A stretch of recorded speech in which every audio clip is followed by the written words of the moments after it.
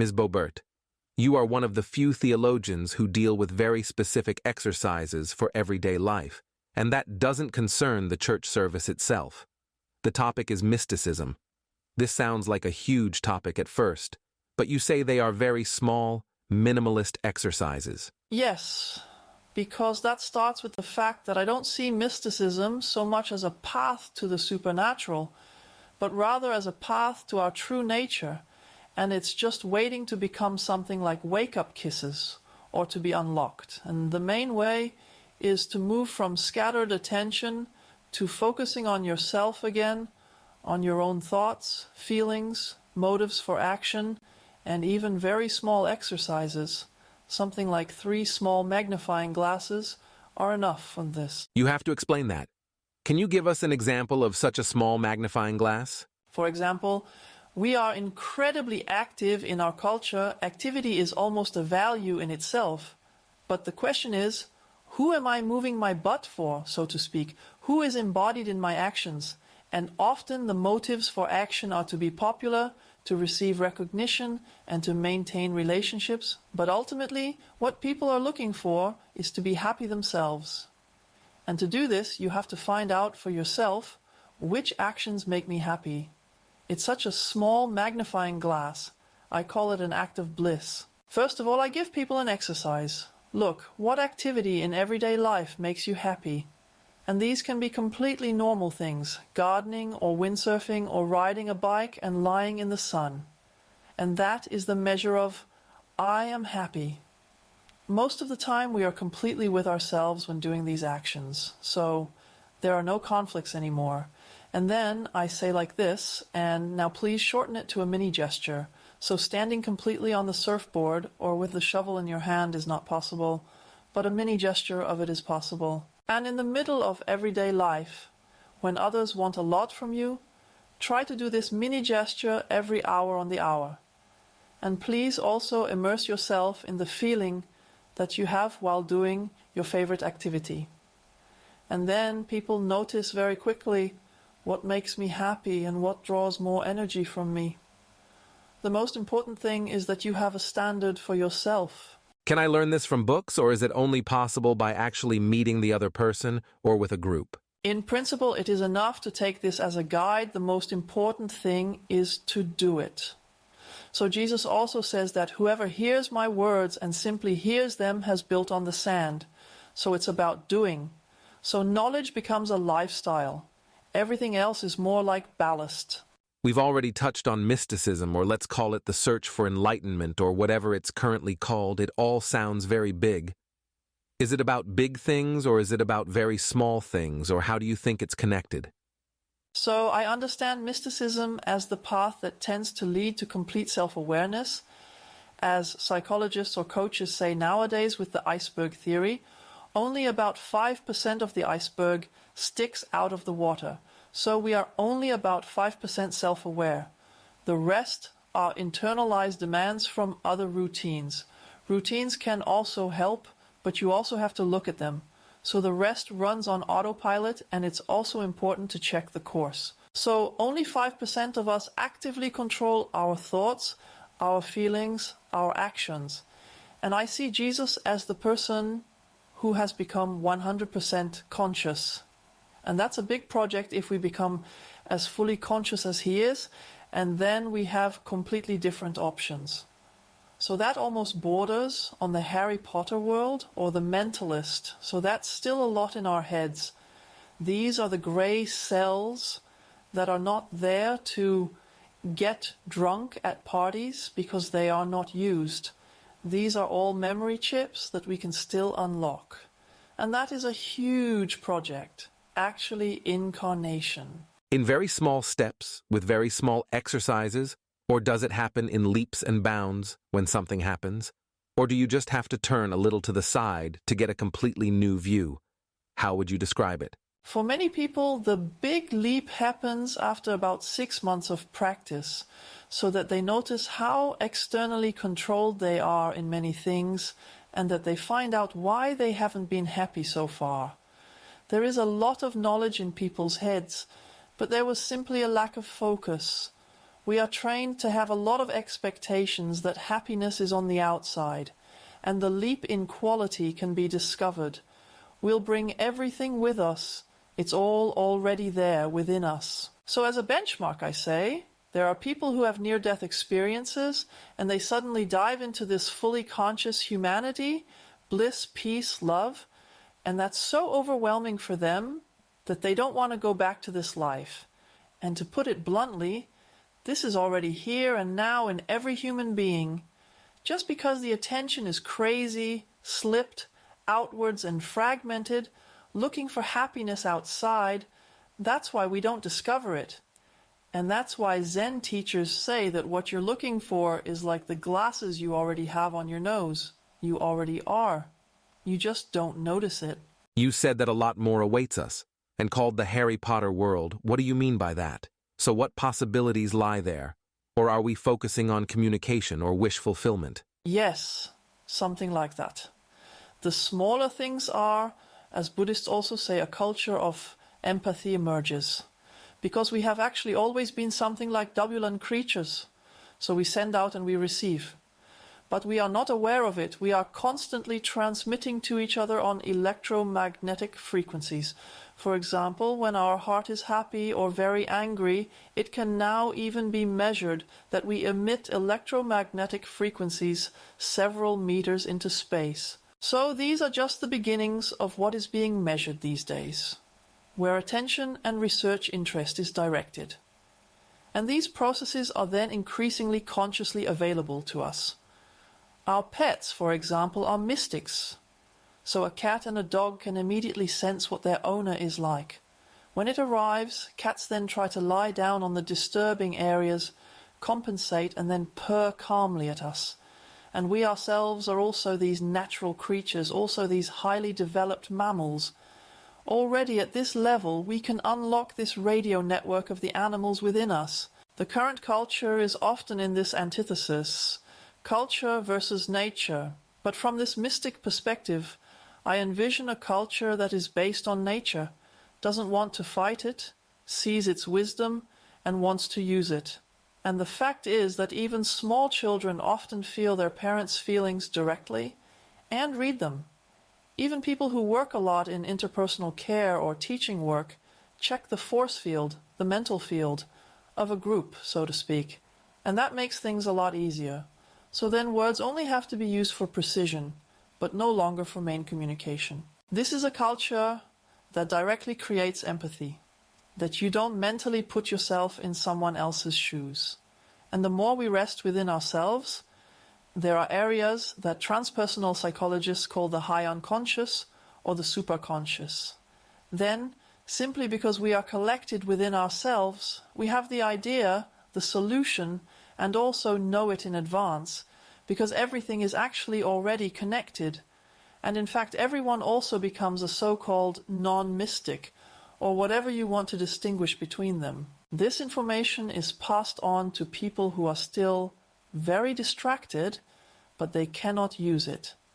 So actually for communication, for corporate culture and educational processes, there are a lot of building blocks that are not actually luxury, but serve as a whole a human culture. Are these things that have been lost, or that are now, based on your experience at a higher level of consciousness, completely new or more easily accessible than before? This is actually commonplace in ancient cultures, and again as an example for the Harry Potter world. So what Jesus does are the abilities of a fully conscious human being. So until then, he says, the manifesting prayer, if you believe that you have already received it. So doctors are now studying this as the placebo effect or nocebo effect, that our thoughts shape reality, including our physical reality. There is a very great power that lies dormant within us. So I think these things were already known in ancient times. But what is important, what our culture offers through school education, is this logical, formal, abstract thinking and concept formation. So that's a difference, the clairvoyance or clairsentience of dogs, cats and horses to our reflected culture.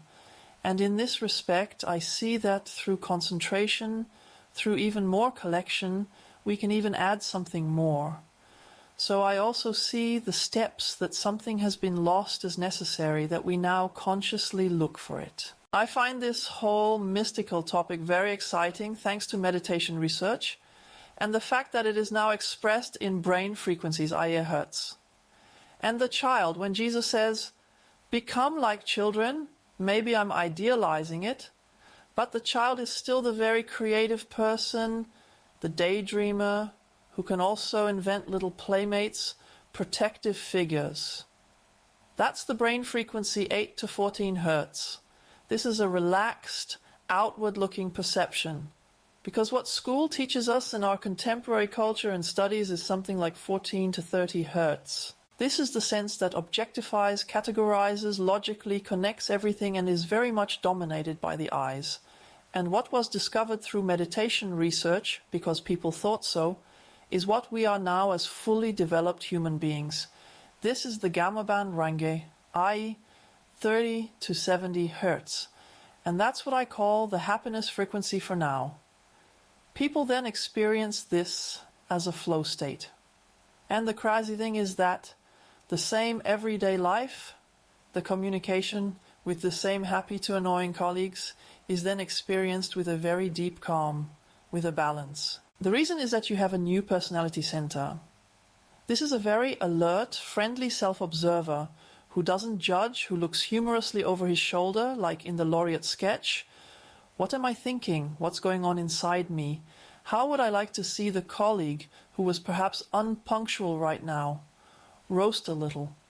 And then you have the choice. Do I really want to roast him? Or what is the best way to get my result? Perhaps by telling him about my feelings and making a request. That's what I mean by this more humane culture, beyond all traditional mystical abilities, and that can be done very easily. The Zen Buddhists focus on this. Well, I said earlier what an exercise is for freeing the will from duties and burdens. This is now the practice that is very common in monasticism in different religions worldwide. Zen Buddhists focus on their breathing. In meditation research, this is called single-pointed concentration. So really, that you have a point of concentration. The Hindus and yogis have a mantra for this, which they repeat out loud or internally. And the Christian monks, as far back as the 3rd century, have probably taken this over from the Hindus. Also this mantric principle that back then they just spoke out loud, muttered a single Bible verse to themselves non-stop during the day, no matter what they were doing. And the goal was for it to still resonate in dreams like a jingle, but now without a melody. So the deep unconscious is also saturated. Will something like this become the backbone of a personality? And in seminars I suggest, take the name of Jesus or atheists a word with love, or a sentence with love, and this creates this gamma band. So it's a very simple exercise with a really great effect. You can suddenly experience the everyday world from a flow perspective. It's simply a higher brain frequency. Now, we don't normally go to monasteries. They also call their approach mysticism to go. Anyone can take mysticism with them. If it can be integrated into everyday life, if I heard it correctly, then it's not Sunday, but everyday life that matters. Yes, at the beginning I actually had the old Munchsturm in mind. And luckily I have a very cheerful and even critical circle of friends in Berlin. I wanted to make them happy with the monk exercises. And they said, tell me, you want me to sit down and mumble something? Then I say, sure, get up half an hour earlier. I always get up at 5:30. What do you want? Well, do it after work.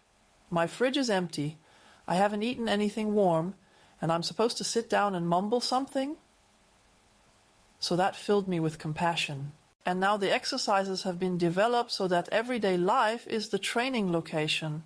So I actually say, okay, find your own inner jingle, but speak it as a word, not as a melody. Either always Jesus Christ or love surrounds me.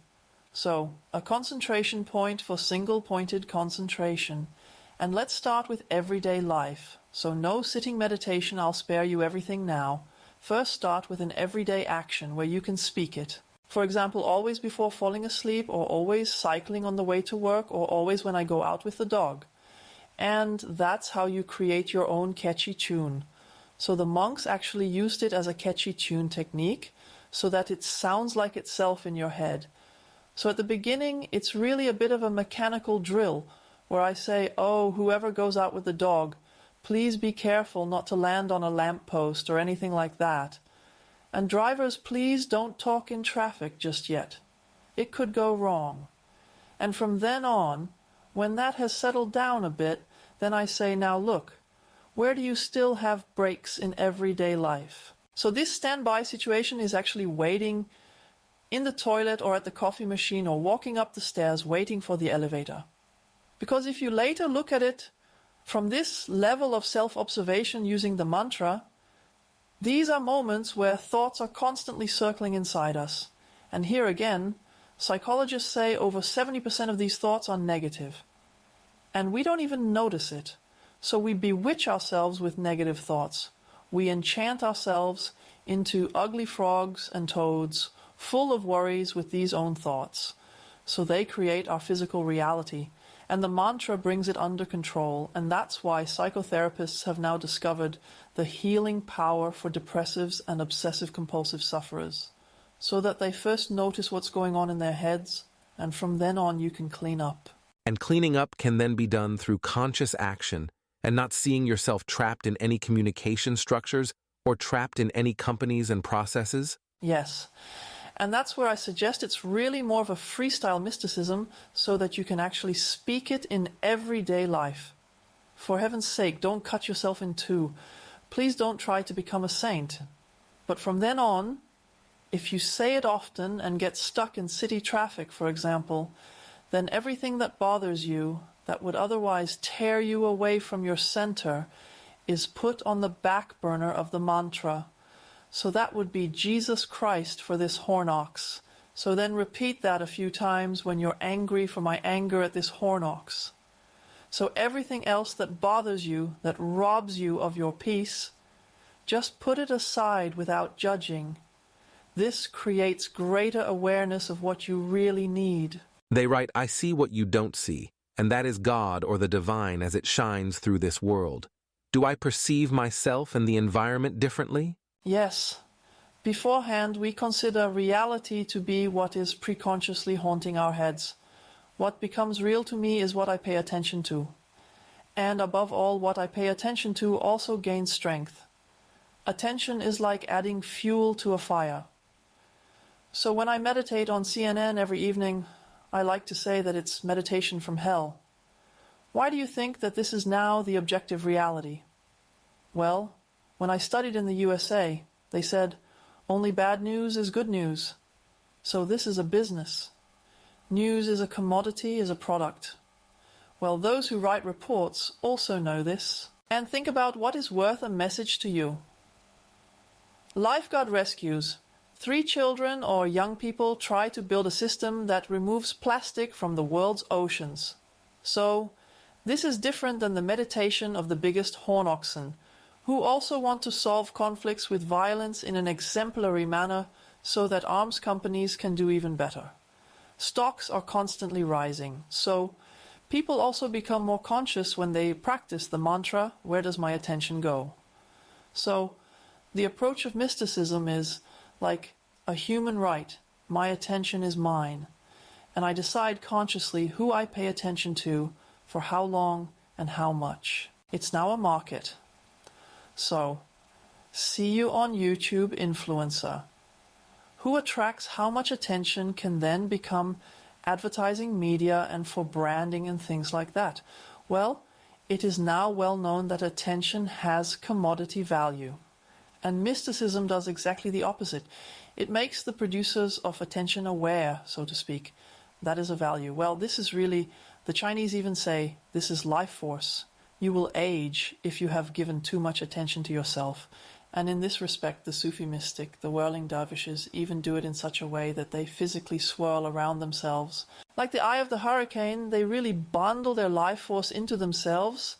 And with the mantra, we first swirl our attention into ourselves. And that's how we first notice, what has the previous mental programming done to me? What kind of programs are running? it's not life that's bad, it's that programs are bad.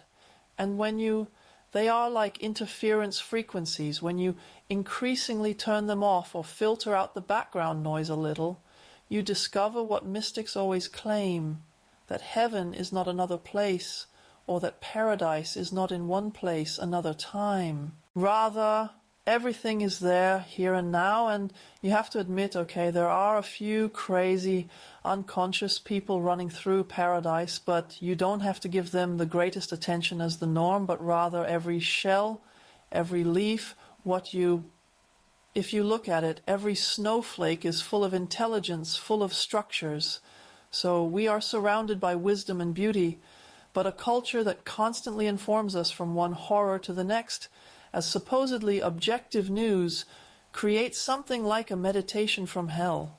And that is important to discover first. Every person, that is the goal, every person is like Jesus Christ, an incarnation of God, God's temple, through whom God now looks into the world, and with whose physical but also mental powers God creates reality here and now. And this magnificence, this beauty of being human, that is the goal for people to experience that.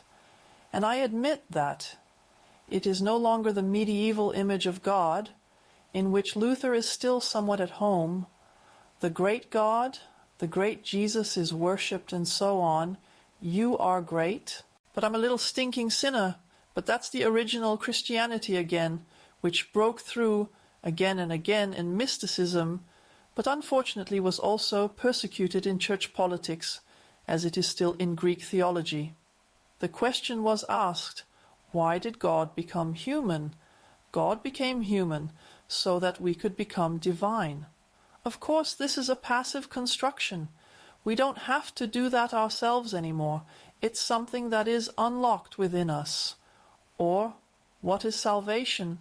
Because not that kind of deal. He died for your sins. And now please sign God's purchase contract for the heavenly washing machine. So such a deal about sin, but salvation happens in Greek theology through participation, methexis, participation in the being of Jesus Christ, being inspired by him, being transfigured by him. So he is, I like to say that, to make it very clear, that is also a different image of God in Christ. In the New Testament, he is protos, kai telios, anthropos, the first and the perfecting or goal person, and so I like to say he is the prototype, and we should go into series production. And I don't belittle him like the humanists or rationalists do, but I take literally what is reported about his mental abilities and everything and say that everything is still waiting to be unlocked in our heads. Okay, that the current education system, and admittedly that current theology studies, don't take it seriously, don't try to train it, but on the other hand, yes, even military training or even there are already commercial training courses for remote monitoring, for example, as a supplement to management consulting, because it is clear to them how this can be activated in our brains. So this is no longer such a distant dream of the future. How did you come up with that idea? Probably not through studying theology. Yes. Such a stubborn intellectual person who is also a bit distant from his feelings had to fall on his head first. So when I was here in Kiel, I started writing a year after I had the professorship in 2002, because the writing stable was over there on the other side of the street, and then unfortunately I had an accident in which I had won. Among other things, I had a concussion and almost broke my neck and was out of the window for a year. But the nice thing was what was given to me for free, a near-death experience, now not with a film like that and a review of my life, because I ended up with a clarity that I remember very much and intuitively had two basic truths about my life in my head. That up to now I have lived and researched in completely the wrong direction, and another clarity. And from my theological worldview I didn't understand at all what was going on, but I have the ambition as a researcher not to push such a disturbing perception aside, but rather I want to understand it. And I realize that if I can't understand them from the current system, that's probably not an adequate model. And then as is the case with many people. First of all, for rehabilitation purposes. I then ended up with these alternative medical options because doctors couldn't help me either. One said, "Oh, what do you want? You're almost 40. You can also go into early retirement." But I didn't plan to. So craniosacral therapy, shiatsu kinesiology, and that was a funny experience, that I held homeopathic sugar balls in my left hand, which, like others, say, yes, there is nothing in them, and that my left arm was asked whether that what is for me, and now he answers. So I felt like Alice in Wonderland had now fallen down the rabbit hole, and then I started doing Tai Chi Qigong for rehab purposes with original Asian teachers, who of course mocked our worldview, so it wasn't a peaceful, integrative religious encounter. They also attacked Christianity head-on. According to the motto, they place ethical burdens on you without connecting you with the source. And they said, you won't understand anything if you meditate for 2 hours a day. You'll just be stuck on the historical surface of the texts. And so I started, spread out over a day, doing the various Asian meditation exercises for 6 hours over one day. I did that for about 4 years. The teachers then said that I had made very good progress, but everyone who had made as good progress as me had gone crazy, and I didn't want that either. So I got out after 4 years, and we actually did partner exercises. First, we learned to relax our autonomic nervous system through concentration exercises. Then we learned, how should I say, to merge with the body of our exercise partner in concentration and to read out his data from within, i.e., what state of health his kidneys and spleen are. In addition, through concentration, we now learn to relax his organs and transfer information. So with the Asians, I first learned these additional communication networks. I felt the same way as everyone else from our culture. It's scary, help. If I can do that, what can others do? So suddenly you ask yourself, like with your PC, where is the firewall? How do I protect my data? What can masters do? So I got out and started researching early church mysticism, what is called patristics, the first 6 centuries of Christianity, and suddenly I understood all the texts. So my Asian teachers were right, and so I decided to reactivate what I had learned in Christianity. Above all, my focus was on what exercises did they use, what are the dangers, and my goal was to develop an overall system, what is called enlightenment, for people who are in the middle of everyday life today. So first of all, I developed it for myself and for my circle of friends. They were the development department with clear feedback on what had not passed the Moose test. And in the end, what was left was what I like to call my mystical iPhone. So I have shrunk the great Baroque mysticism into 3 basic exercises. And for those who want to continue practicing with it, there are a few small additional exercises so that without dying, you can have the experience in life that people with near-death experiences also have. So that's the core experience. What is human nature? And that has a lot to do with beauty. Children bring with them perfection, a connection to everything, wisdom, and a lot of that.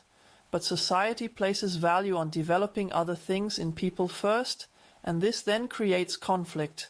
And I envision an education system where we learn the good things we do now have, actually keep.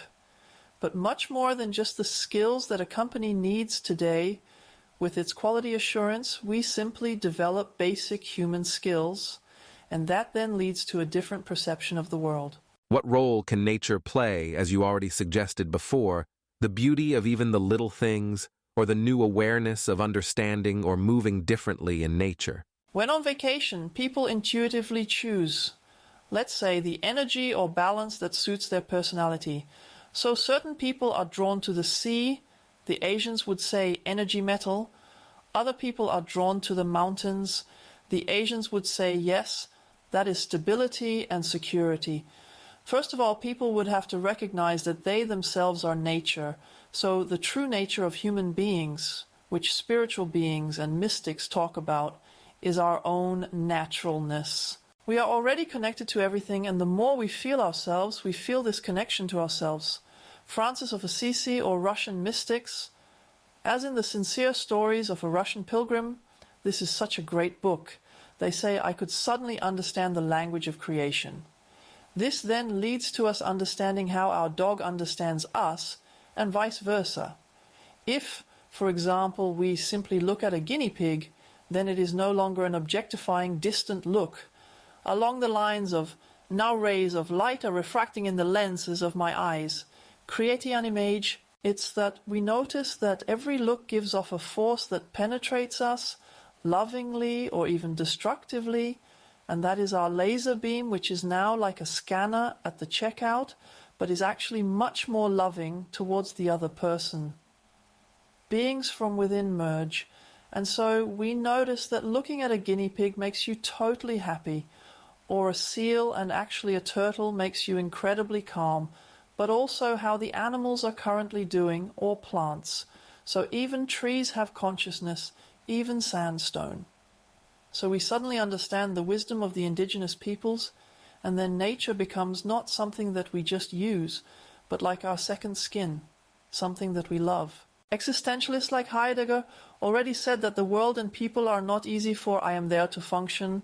That is the great impoverishment of the present, but we look at something without judging, and at the same time it is a feeling of inside, and that's being at home, that's having arrived, and you can't buy that with outdoor anoraks or something. But first of all, people who are taught so much, you're wrong, you have to adapt. We do what of you? Make it clear? No, you are God, so you are a sleeping God, in contrast to Jesus Christ, who is fully awake. But that must not mean that something has to be made of you first, so that leads to a very great wealth. Do you have another natural exercise for me, or is that not your way? It starts with this favorite activity. So if you think of this act of happiness, for one it's singing in a choir, for the other it's fishing, then I say like this, and now feel within yourself, what does that do to yours? Body, what kind of body feeling do you have there? And now feel the connections that are opening up to you now. Well, everyone does this pre-consciously when they feel good and are on the beach. And with such an expanded mysticism, I say, imagine your nature. So if you want to go beyond these three basic exercises for thinking, I say, now imagine your favorite natural landscape. So which natural landscape means paradise to you? For one, it's forests. For others, as I said, mountains on top of the mountain are in the Alps. And now I say, just feel how you feel physically. Is there an animal in this landscape that embodies it? So for me here in the north, it would be a seal, or even bigger, of course, it could be any whale or a dolphin. Yes, but maybe in the mountains there are eagles. And now imagine that you are the eagle. So from there, it would lead to diving into these natural energies like the Asians did.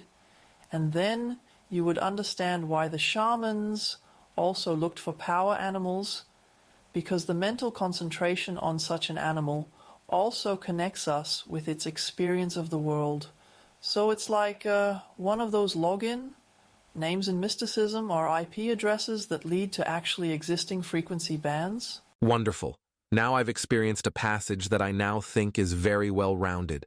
Is there anything else that I didn't ask about where we still have to go? Mysticism does not create anything, but rather it cleanses the perceptual systems and frees us from baggage that does not essentially belong to us as humans. So Jesus says the truth will also set us free. So if we live in a species-appropriate manner again, life will no longer seem difficult, but we are actually meant to be happy here and now, and to enjoy the beauty of life. So we are much more than somehow work slaves, or saviors of the world, or relationship helpers. So if a seagull has the basic right to just leave Kiel without a passport, to fly to Sweden and somewhere else, and a seal simply has the basic right to just lie on the sandbank